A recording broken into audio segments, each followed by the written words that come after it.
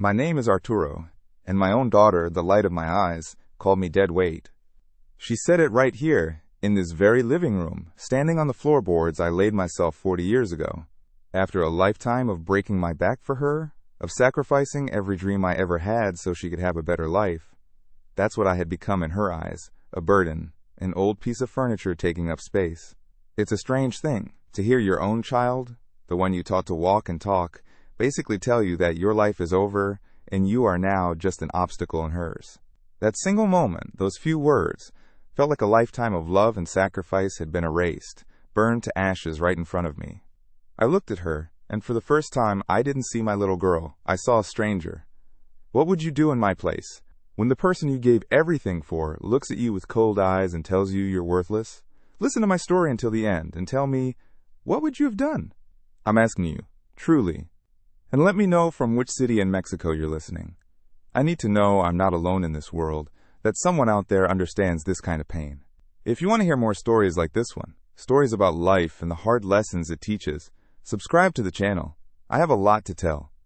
It all happened on a Sunday afternoon, the kind that used to be for family for carne asada in the backyard, but those days are long gone.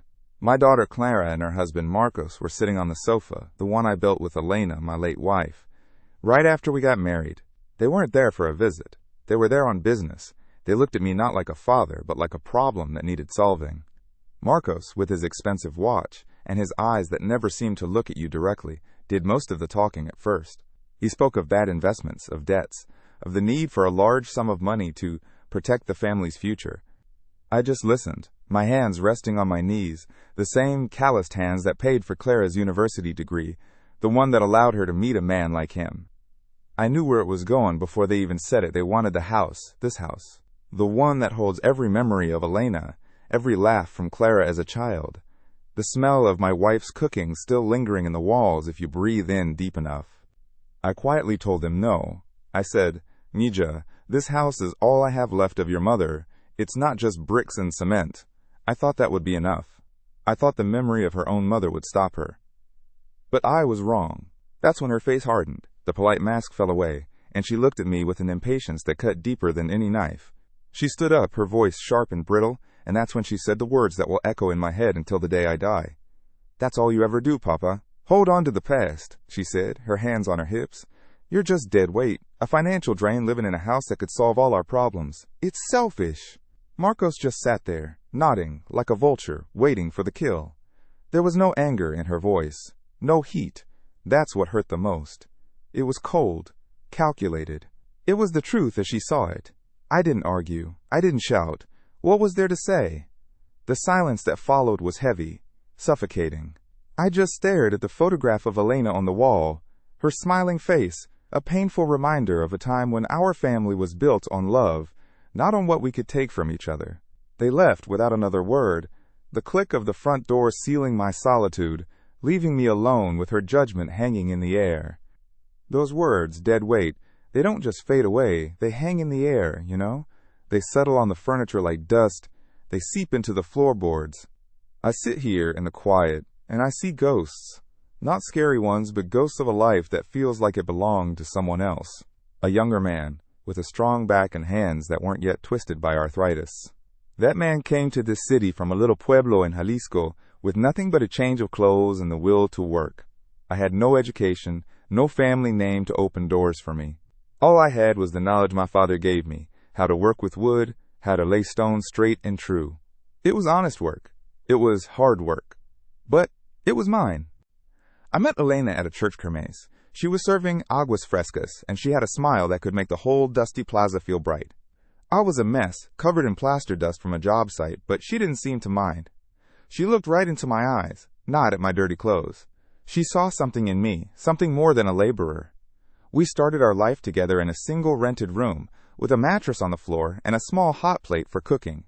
We didn't have much, but we had everything, because we were building a future. She believed in me, and for a man who has nothing, that belief is worth more than all the gold in the world. She made me feel like a king in that tiny room. My days were long. I was a carpenter, a stonemason, whatever the job required.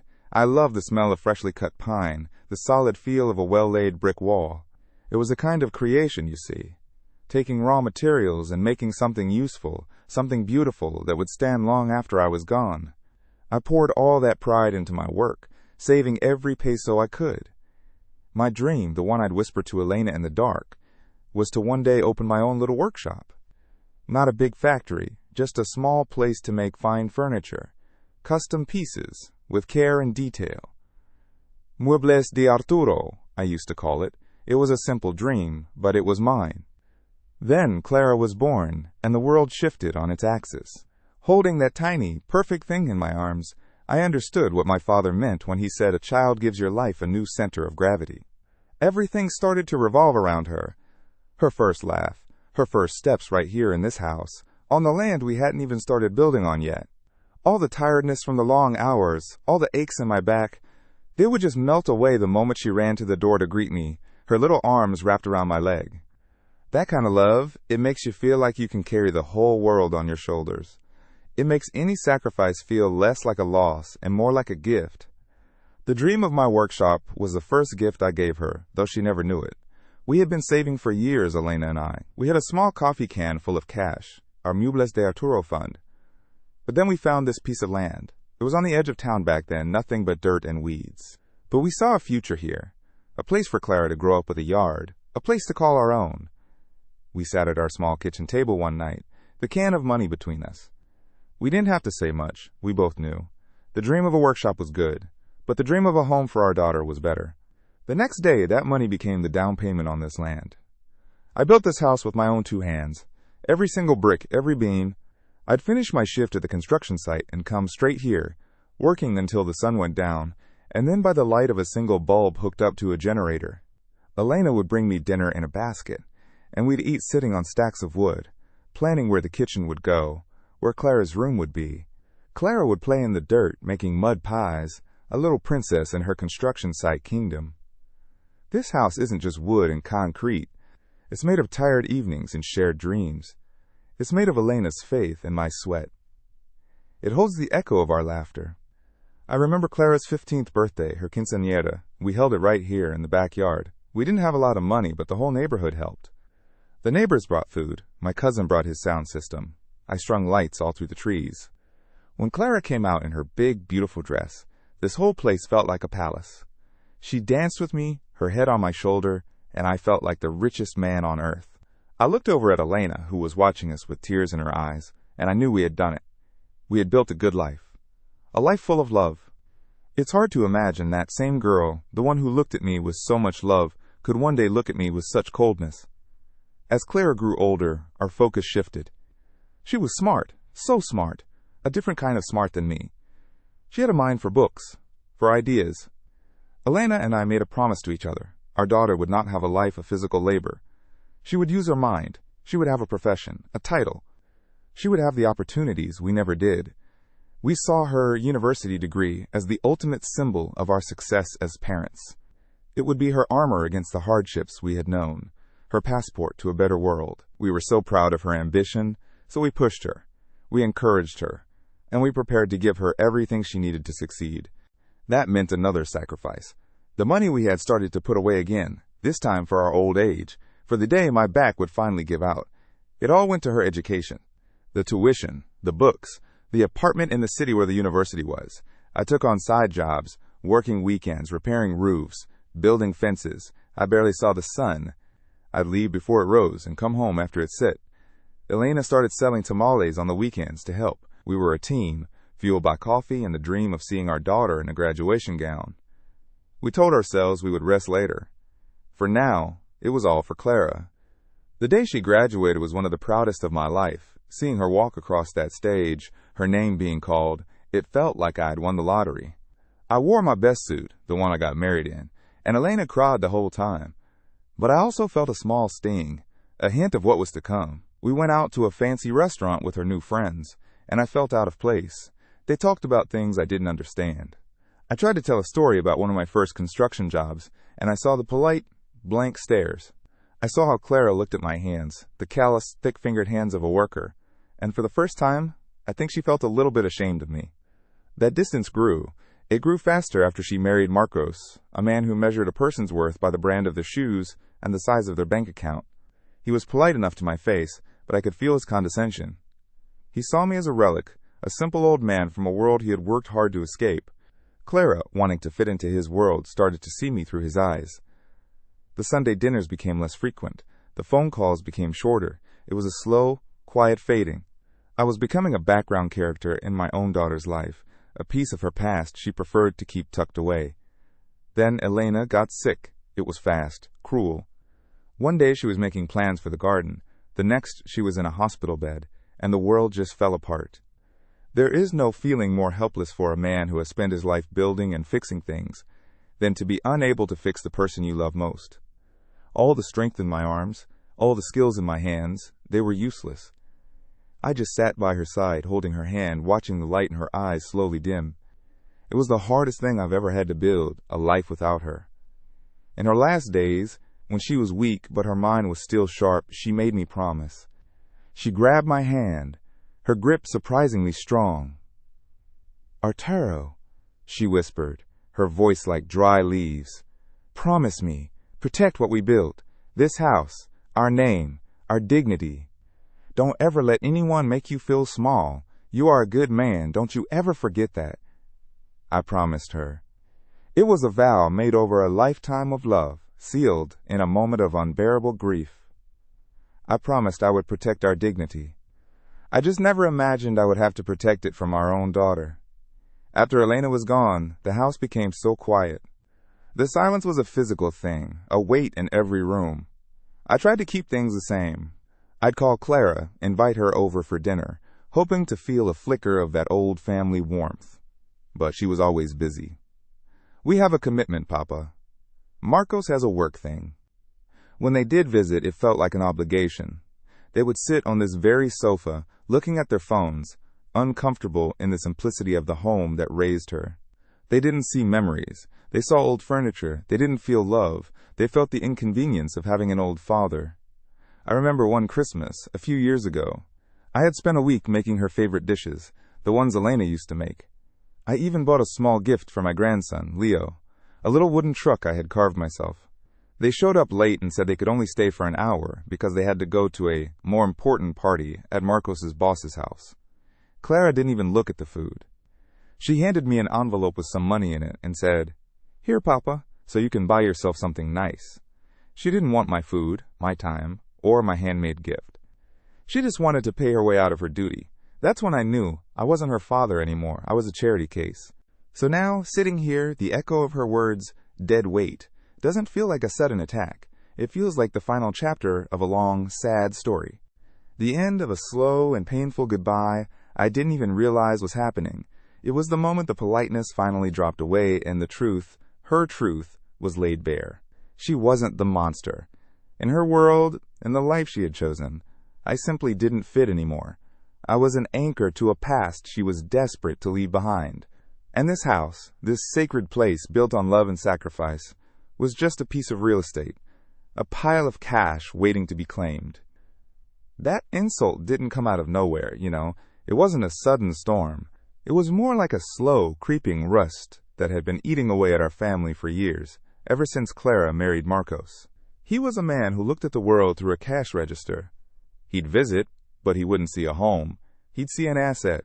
He'd look at my old tools, the ones that built this house and paid for his wife's education, and I could see the faint smirk on his face. To him, they were just junk. He was all about appearances, about what other people thought, and he slowly taught my daughter to be the same way. He planted a seed of shame in her heart, a shame for her simple beginnings, for her old man who still had dirt under his fingernails. Clara began to change in small ways at first. She'd correct the way I spoke. "It's not pues, Papa, it's well." She'd get a look on her face when I'd tell one of my old stories from the work site, a tight little smile that was meant to be polite, but was really just a plea for me to stop talking. She started dressing differently, talking differently, as if she were trying to wash the dust of our barrio off of her. She was so desperate to fit into Marcos's world of fancy dinners and important people that she started to see me not as her father, but as a stain from her past, a living reminder of a life she was trying to outrun. The love was still there, I thought, just buried under a lot of expensive new things. The Sunday dinners were the first thing to go. For years, Sunday was our day. The house would be full of the smell of barbacoa or carnitas, and the sound of laughter. After Elena passed, I tried to keep it going, but then the excuses started. Oh, Papa, we have a brunch with Marcos's partners.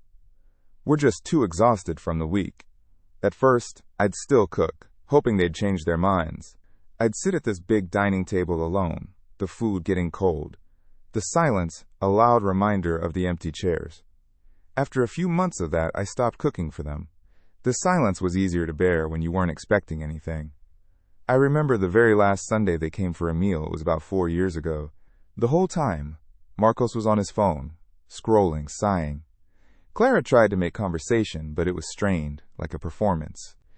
She asked about my health, but her eyes were wandering around the room, making a mental list of all the things that were old, that were outdated.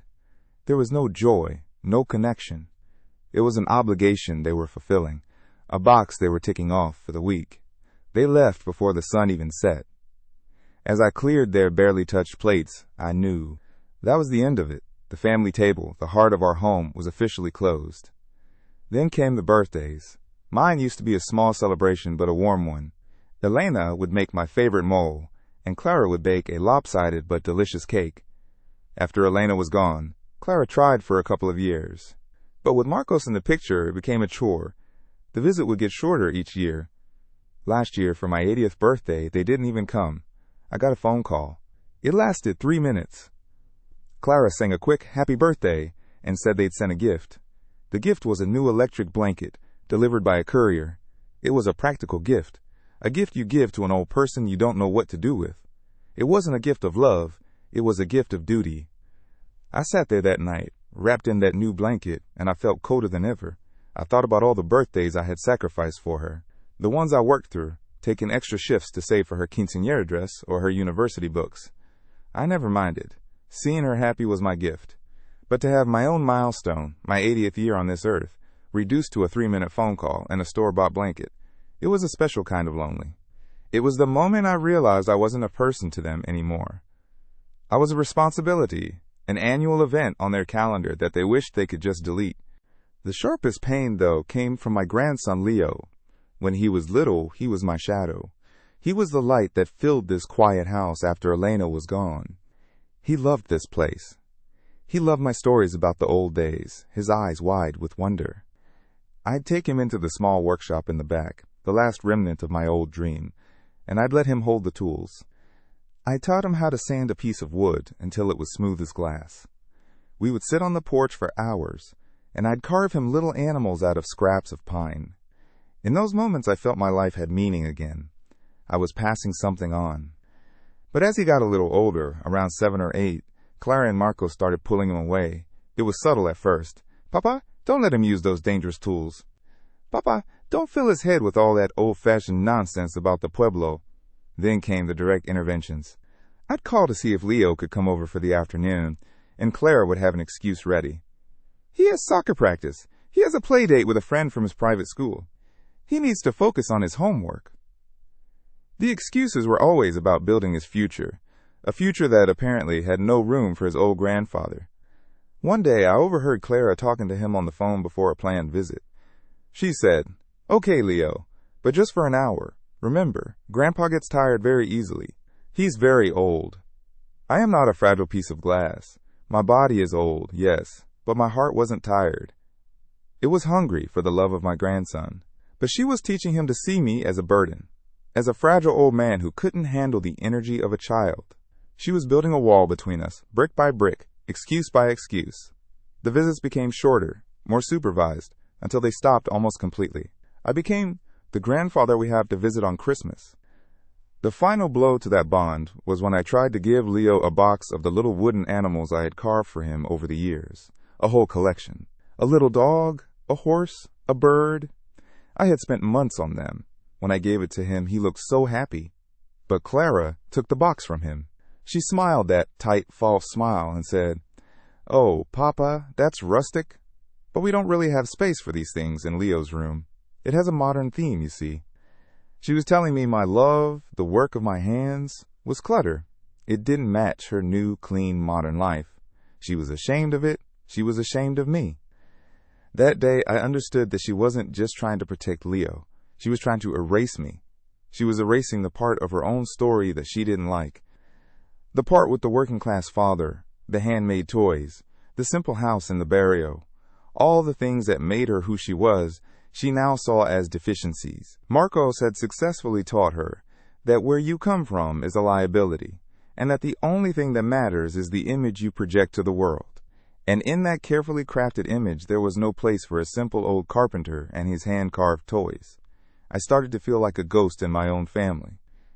On the rare occasions they would visit for a holiday or some other obligation, they would talk around me. They'd discuss their finances, their vacation plans, their friends, all in a code of brand names and expensive places I didn't understand. They spoke to me with a kind of forced, loud cheerfulness, the way you speak to a child or someone who is a little slow. "Are you comfortable, Papa? Do you need anything, Papa?" But they never asked what I thought. They never asked for my advice. I was just a piece of furniture they had to dust off once in a while. The humiliation was quiet, but it was constant. It was in the way Marcos would glance at my worn-out armchair and then look at Clara with a raised eyebrow. It was in the way Clara would rush to wipe down the counter after I made myself a coffee, as if I were a source of contamination. It was in their quick, hushed conversations in the hallway when they thought I couldn't hear. They weren't talking about me with hatred. It was worse. They were talking about me with impatience, with frustration. I was a problem to be managed, a loose end that needed to be tied up. I remember one afternoon, Clara came by herself to drop off some groceries. She was on the phone with Marcos, and she must have thought I was in the backyard. I was just in the other room, and the door was ajar. I heard her say, her voice low and sharp, I know. Just looking at this place. It's money just sitting here, rotting away. We can't wait forever, Marcos. He's not getting any younger." She wasn't talking about my health or my well-being. She was talking about my death. She was waiting for me to die so she could get her hands on this house. Hearing those words, it was like a bucket of ice water to the face.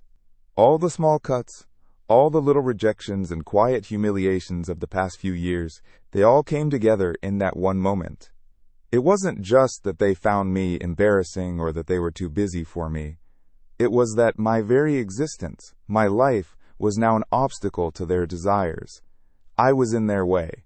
The love, the shared history, the sacrifices, none of it mattered anymore. All that mattered was the value of this land, this property. That's when I truly understood. The hope I had been clinging to, the belief that my daughter was still in there somewhere, buried underneath the influence of her husband and her new life. It died right there in that hallway. I wasn't her father. I was the guard of her inheritance, and she was tired of waiting for the keys. The love hadn't been buried. It had been replaced.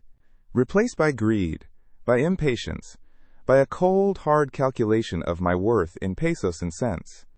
So when she stood in this living room a few weeks later and finally said the words "dead weight" to my face, I wasn't really surprised. I was hurt, yes. A part of my soul felt like it had been carved out with a dull knife. But I wasn't shocked, because I had been feeling like dead weight for years. She just finally had the courage, or the cruelty, to say it out loud. She was just confirming what her actions had been telling me all along, that in the story of her life, my chapter was over, and she was ready to tear the page out. But what Clara and her husband never understood, what they couldn't possibly see with their eyes fixed only on the future and on appearances, is that I am not just an old man who knows how to lay bricks. They see these hands, gnarled and stained with the work of a lifetime, and they see weakness. They see a simple mind, a man who was good for physical labor but nothing else. They thought my world was limited to the four walls of this house and the memories inside it. They believed I was ignorant of how the world works now, of money, of value. And in their arrogance, they were the ignorant ones. They underestimated me. They underestimated the man Elena married. They forgot that a man who builds things from the ground up learns to see more than just what's on the surface. You learn to check the foundation before you admire the facade. You learn that the strongest parts of a structure are often the ones that are hidden from view. My daughter saw an old man sitting in an old chair in an old house. She saw a liability. She never once thought to ask about the foundations of my life, about the hidden beams that have held me up all these years. She was so busy looking down on me that she never thought to look deeper. And that was her biggest mistake. The secret I carry is not something I stumbled upon. It was built, just like this house, with foresight and a promise. It began more than 40 years ago, when I was still strong, working on a special project for an old architect in the city center. His name was Don Ramiro Valdez, a brilliant but eccentric man. He wasn't just building new things. He was obsessed with saving the old ones. He hired me to restore the stonework and the wood carvings on a series of beautiful but crumbling old colonial buildings, the kind of casonas that people were tearing down to build parking lots. Don Ramiro was a visionary, but he was often short on cash. He saw the future, but he couldn't always pay for it in the present. He respected my work. He said I had the hands of an artist, not just a laborer. He would watch me for hours, seeing how I treated the old wood, how I matched the color of the old stone. One day, after we finished a particularly difficult restoration on a building in a neighborhood that was considered rough and forgotten, he made me a strange offer. He couldn't pay my final invoice in full. Instead, he offered me a small piece of the building itself. "Arturo," he said, his eyes bright with conviction, "cash is temporary. It buys tortillas today, but it is gone tomorrow. But a piece of this city, a piece of its history, that is real, that grows." He offered me a small percentage of ownership, a silent partnership, in that building, and 2 other small commercial properties he owned in the same desolate area. They were little more than warehouses, bodegas with leaking roofs and broken windows. To anyone else, it would have looked like a foolish deal, trading real money for a piece of a ruin. I went home and talked to Elena. I laid the papers on our small kitchen table, and she looked at them. She couldn't read the legal jargon, but she could read people. She had met Don Ramiro. She trusted his vision, but more than that, she trusted me. "He sees what we see in this land," she told me, gesturing to the dirt lot where our house would one day stand. "He sees what can be, not just what is." She put her hand on mine and said, "Let's do it, Arturo. Let this be our secret, our por si acaso fund, our safety net, so we never have to ask anyone for anything." And so it became our secret, a pact between husband and wife. We took the reduced payment and the ownership papers, and we put them in a small metal box with our marriage certificate and Clara's birth certificate. We never spoke of it to anyone, not even Clara. It wasn't because we didn't trust her, not back then. It was a matter of dignity. We wanted her to build her own life, on her own terms, with the education we were giving her. Our secret fund was for us, to ensure we would face our old age with our heads held high, as partners, not as burdens. Years passed. Decades. The papers stayed in the box. Life got busy with raising Clara, paying for her school, building our lives. The little bodegas in that forgotten neighborhood were a distant memory.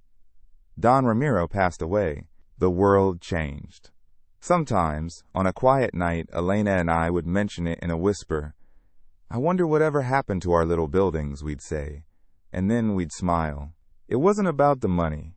It was about that decision we made together. A shared secret that belonged only to us. It was a testament to our partnership. After Elena died, the box sat in the back of my closet, and I didn't think about it for years. My grief was a fog that clouded everything else. But after Clara and Marcos left that Sunday, after her words had shattered the quiet of my home, something shifted in me. I was sitting here, in this very chair, and her voice was still echoing in the room. "Dead weight." And then another voice, much quieter, much stronger, whispered back. It was Elena's. "Protect our dignity," she had said. That night, for the first time in over a decade, I pulled out that old metal box. My hands were shaking a little as I lifted the lid. There they were, underneath our wedding photo, the old yellow documents, with their official stamps and Don Ramiro's elegant signature. They felt unreal, like artifacts from another life. I looked at them for a long time, and I felt a strange sense of calm settle over me. It wasn't hope, not yet. It was just a flicker of something else, a flicker of strength. The next morning, I did something I hadn't done in years. I looked up the law firm that had handled Don Ramiro's affairs. I expected to find that they were long gone, that the papers were worthless, just a sentimental memory. I called the number, my heart pounding. I explained who I was, my voice sounding old and thin even to my own ears. I expected to be dismissed, to be told I was crazy. But the young man on the other end of the line asked me to wait. There was a long silence. He came back on the line, his voice completely different, respectful, almost reverent. "Señor Arturo," he said, "we have been trying to locate you for years, The letters we sent to the old address were always returned. He explained that the neighborhood, the one everyone called dangerous and worthless back then, had a new name now. It was the Corridor Cultural, the Arts District. It was full of galleries, expensive restaurants, and boutique hotels. The forgotten corner of the city had become its vibrant, beating heart. He started talking about property values, about development deals, about accrued earnings. The words were a blur, a stream of financial terms I barely understood. I stopped him. "Joven," I said, my voice steady, "just tell me one thing. In plain language, what is my share worth today, the share that Don Ramiro gave me?" There was another pause, the sound of a calculator clicking. I could hear him take a deep breath before he spoke. "Señor Arturo," he said slowly, making sure I understood every word, "based on the current valuation of the developed properties and the accumulated dividends held in trust, your stake is worth, conservatively, just over 35 millones de pesos. 35 million pesos. The number just hung there in the air. So large it felt imaginary. It was a fortune beyond anything I could have ever conceived. The kind of money that Marcos and Clara were so desperately chasing. The kind of money they were willing to destroy their family for. I didn't say anything for a long time. I just sat there, the phone pressed to my ear, looking at the photograph of Elena on the wall. I wasn't happy. I wasn't excited. I felt a profound and heavy sense of irony. All those years of sacrifice, of breaking my back under the sun, of being seen as a simple, ignorant laborer, and this whole time, this secret, born from a promise to my wife, had been sitting quietly in a box, growing into a fortune. In that single moment, everything became clear. The pain, the humiliation, it all coalesced into a single, sharp point of purpose. This money wasn't a lottery ticket. It was a responsibility. It was Elena's legacy. It was the tool she had left me to protect our dignity. My daughter had called me dead weight, a worthless burden. But my past, the very one she was so ashamed of, had just handed me the power to define not only my own future, but hers as well. And I knew with absolute certainty what I had to do. Justice wouldn't be loud. It would be quiet, it would be strategic, and it would be final. My first call to the lawyer wasn't about revenge, it was about a promise. As I sat there, the phone still warm in my hand, I didn't see Clara's face twisted in anger or Marcos's greedy eyes. I saw Elena, her hand in mine, her voice a soft whisper, "Protect our dignity." Those words were my compass now. This money, this unbelievable fortune that had fallen into my lap from the past. It wasn't a weapon to hurt my daughter. It was a shield to protect my soul. It was the tool Elena had left me to finish building my life with honor. I knew I couldn't stay in this house, not anymore. Every corner held a memory, but now it also held the ghost of that insult. To stay would be to live inside my own humiliation. The plan that formed in my mind was not born of anger. It was born of love. The love for a woman who believed in me, and the love I had to finally give back to myself. The next day I called the lawyer again. I told him to liquidate everything. All of it. Then I gave him my instructions, clear and firm. The entire sum from the properties, all 35 millones, was to be placed into a trust not for Clara, but for my grandson Leo. She had taught him to see me as old and fragile, to be ashamed of my simple ways. Well, this old man would give him a future she and her husband could only dream of. The conditions were simple. The money was for his education, for any university or trade school he chose, and he could not touch the principal until he was 30 years old. I wanted him to have the freedom to become a good man, not just a rich one. Maybe, just maybe, with that security, he wouldn't learn to measure a person's worth by the size of their house. It was a legacy of opportunity, a gift she couldn't dismiss as rustic. Then I dealt with the house, this house, the one she wanted so badly. I called a real estate agent that same week, a kind woman who saw the pain in my eyes as she put the Se Vende sign in the front yard. Selling it felt like cutting off a limb, but it was a limb that had become infected with bad memories. With the proceeds from the sale, I made 2 final arrangements. A large part of it I donated to the local technical college to create the Elena and Arturo Vargas Scholarship, a fund to help young men and women who wanted to learn a trade, to learn to build things with their hands, just like I did. My dream of Muebles de Arturo would live on, not in a shop with my name on it, but in the hands of a new generation. It was a better legacy than any piece of furniture. The rest of the money from the house sale was for me. Clara saw me as a financial drain, a burden, so I decided to stop being one. I found a small, clean apartment in a community for seniors on the other side of the city. A place with a garden where meals are served and where you are treated with respect, not as an inconvenience. A place where I wouldn't have to wait for a 3-minute phone call on my birthday. I would pay my own way. I would live my final years, not as dead weight in my daughter's future, but as the master of my own present. I would have peace. I would have dignity. It was the last, most important thing I would ever build for myself. I never called Clara to tell her. She found out when she drove by one day and saw the sign in the yard. I heard she and Marcos tried to call the lawyer, frantic, but his instructions were clear. He was to speak only with me. There were no fights, no tearful goodbyes, no final confrontation. My justice was the quiet click of my new apartment door locking behind me. It was the silence on the other end of the phone. It was the knowledge that I had honored Elena, provided for my grandson, and secured my own peace. My daughter saw a house and a pile of money. She never saw the man who built it all. She saw me as worthless, but she never understood my true worth was not in what I owned, but in what I could build, and in the end, what I had the strength to let go of.